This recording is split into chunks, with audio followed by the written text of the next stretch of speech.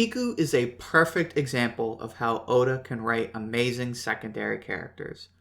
My name is Shonen Ouji, and in this video, we're going to talk about the next addition to the Oden flashback. So, let's get into it. Let's dig deeper into One Piece chapter 962. So the first thing I want to talk about is how Oden meets the remaining scabbards, especially Kiku. Now, I like the scabbards, don't get me wrong, but because there's so much going on in Wano, it's been hard to give them proper attention until now. And I like all their stories, but aside from Kinemon, I think Kiku is probably my second favorite. Definitely top 3, because we've been with her longer, with the exception of Kinemon and Kanjuro and Raizo. Specifically, the scabbards we met in Wano. We've been with her longer. And I say her because we find out that Kikunojo, was a biological male.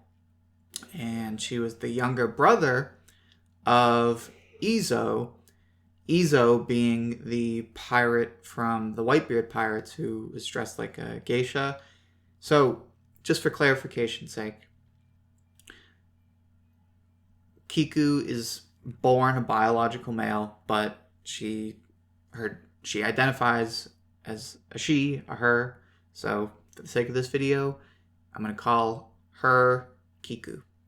So, now that we got that out of the way, I think it's a really cool story that Kiku has because, one, we have the gender thing, because gender is always so interesting in anime because, I don't know, with the way pronouns work in Japanese, I don't know, I don't think, way back in Japanese history, gender was looked at entirely different, but it's a little nuance that's just interesting to consider.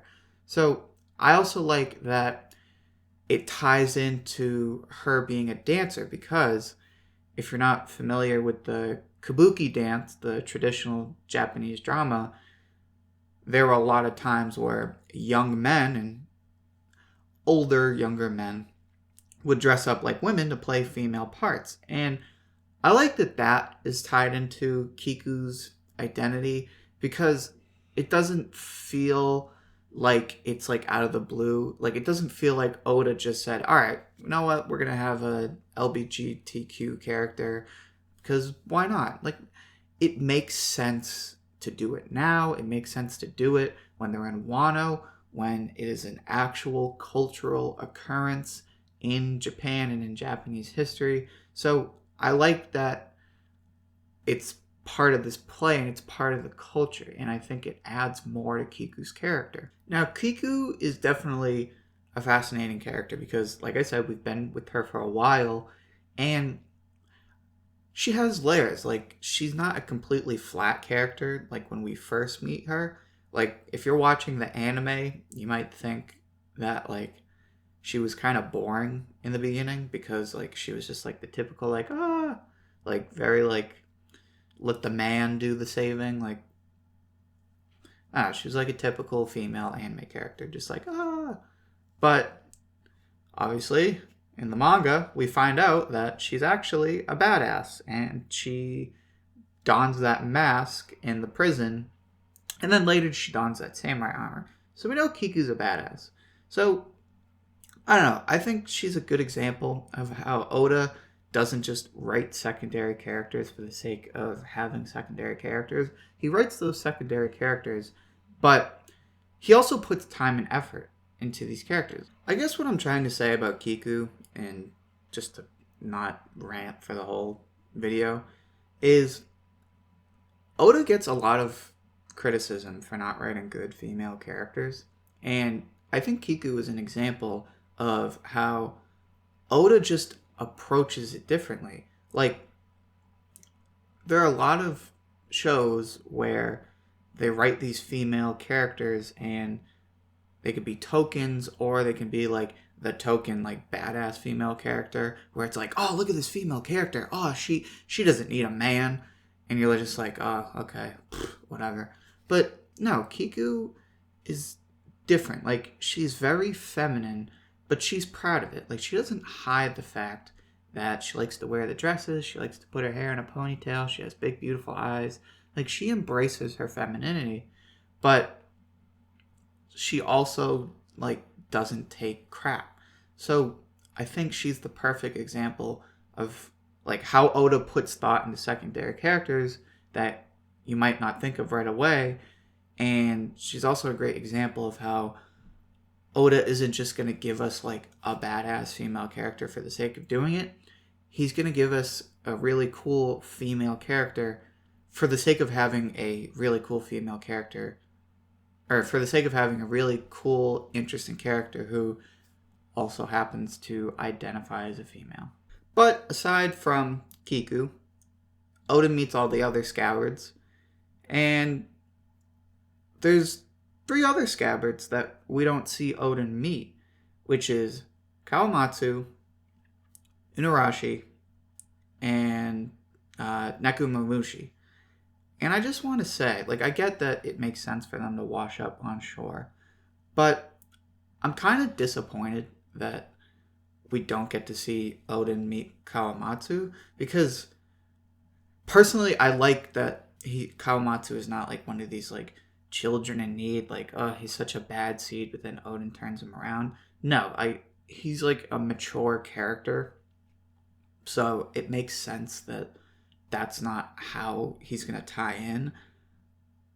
But I don't know, like, I kind of want a cool origin story with Kawamatsu, understanding that we also got that cool story with him gathering all the swords for Oden, and the name escapes me, but the monk who happened to be a fox, that's one of my favorite stories in Wano. So if we don't get an origin story with Kawamatsu, I won't be, like, devastated, but I'm a little disappointed. He's a cool character, and I want to see him get a cool origin story. But I don't know.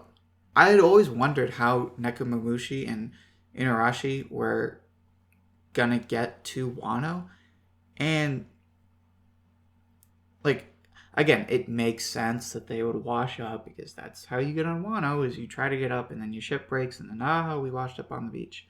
I get that, but I don't know.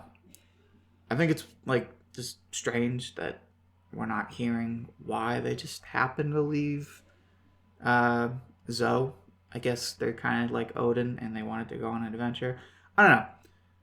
The scabbards are interesting because some of the origins are, like, kind of not lazy, but not as good as they could be. But again, it's Oda. He's got, like, a million other characters to write. So if some of the characters don't have, like, amazing origin stories, you know what, Oda? I'm going to give that to you. You've earned it. In addition to Oden meeting the scabbards, with the exception of the 3 we just talked about, we see Oden take back Curry, and he fights Shutemaru and, like, his crew. And, I mean, there wasn't, like, anything especially fascinating about this story. It was your typical, like, it was what went on with all the scabbards. It was like, I'm rough, I'm bad news, you don't want to mess with me. And then Oden is like, whatever. And then when they're all weak, it's like, oh, whatever, just kill me now. And Oden's like, no, I want you to stick around. You're a good guy. And it's like, again, we've seen it time and time again in One Piece, so nothing new. It was cool, though. Like, it was cool to see Oden. I don't know, it had to have been like 100 guys under Shutemaru. It was cool to, like, see him, like, dive in, 2 swords, take them all out. And when the crew, the scabbards, show up, he's like, man, what took you guys so long? I've been fighting for, like, a day and a half. I thought that was a good way to make it interesting, because we knew what was going to happen. And I like that. Well, okay. So after this, it's like news in Wano that Oden saved Curry, and he gets accepted back by his dad. And my first thought was, okay, that's good, but it seemed a little quick. Like, I get it. In the interest of time, it's like, we gotta speed this up. I get that. But, like, it just goes to show, like, how simple-minded people can be. Like, if you watched my previous videos, I've gone on and on and on and on about how Odin is a great character because he's like Luffy. He doesn't, like, subscribe to common sense or, like, groupthink. Like, he's his own person. So, in a sense, this is cool to see because Odin is, like, has not changed at all from the time we met him. But all of a sudden, his dad flipped and he's like, okay, you know what? Now I can accept you. And everyone's like, yeah, he's such a cool guy. And I get it. Odin, like, could care less what everyone thinks of him. But, like, if I was Odin, a little bit of part of me would be like, oh, really? Like, now you guys think I'm cool? Like, where were all the hugs when I was walking out, exiled by my dad? So, I don't know. It's a cool chapter, but I'm just nitpicking it because these are just the little things that stick out to me. Finally, we gotta talk about Orochimaru. I said in my last video, I don't know what the heck he's doing. He's like such a weird character because he seems stupid when we meet him, but he's clearly not stupid. Like, he's clearly scheming, and he clearly seems to be good at scheming. Although, not so good that he can, like, completely fool everybody. So we see this bullcrap where he, like, makes a big mess, and there's some money missing, and they're like, oh my god, what happened? It must have been Odin. Oh, he's such a bad dude. It must have been Odin. And Orochimaru's like, yeah, I don't know how to tell you guys this, but I kind of saw Odin take that money. And, like, right on cue, Yasue is like, excuse me? What? Did you have something in your throat? Did you say that Odin... What? Like, this is why we like Yasue. Because he's not stupid. Like, he's like... there's always that one character in the story that, like, would be the real life person, like, seeing all the crap and just going, like, I don't think so. No. Like, Orochimaru, I don't know what is going on in his head. Like, what? Okay, so what seems like to me what's going on is Orochimaru has this plan in his head to usurp the throne, and he's gonna do it by waiting for Odin to take the throne as Shogun of Wano. But in the meantime, he's gonna plant these little seeds. He's gonna work on the fact that Odin is, like, our bad dude, and he's gonna, like, add to it just by, like, doing little things to, like, manipulate people and to get them to think, oh, he shouldn't be the shogun, he's such a bad guy. And he's gonna do it by, like, oh, he stole my money, oh, he burned down my house, blah, blah, blah, blah, blah, blah. So I'm interested to see what happens, because there's this dynamic where Orochimaru is messing with Odin and he thinks he's slick, and we have Yasue, or we have Odin, like, just not give a crap like usual, but we have Yasue sort of in the middle of this, like, game between Odin and Orochimaru. And sadly we know what happens to Yasue, but I'm interested to see what Yasue is going to do about it. Like, is he going to call him out on his crap, or is he just going to patiently watch and step in when he thinks there's no other choice? I don't know, but I'm dying to see what happens. Unfortunately, that is it for this video. I know there's a lot to talk about, but those were the things that I thought were the most important. As far as content coming up, if you follow me on Twitter, then you know I just finished Hunter x Hunter. So you can expect my reaction, my reflection, my thoughts on the series coming up soon. I don't know when, but it'll be relatively soon. But if you enjoyed this video, make sure you give it a like, because it really does support the channel. And make sure you subscribe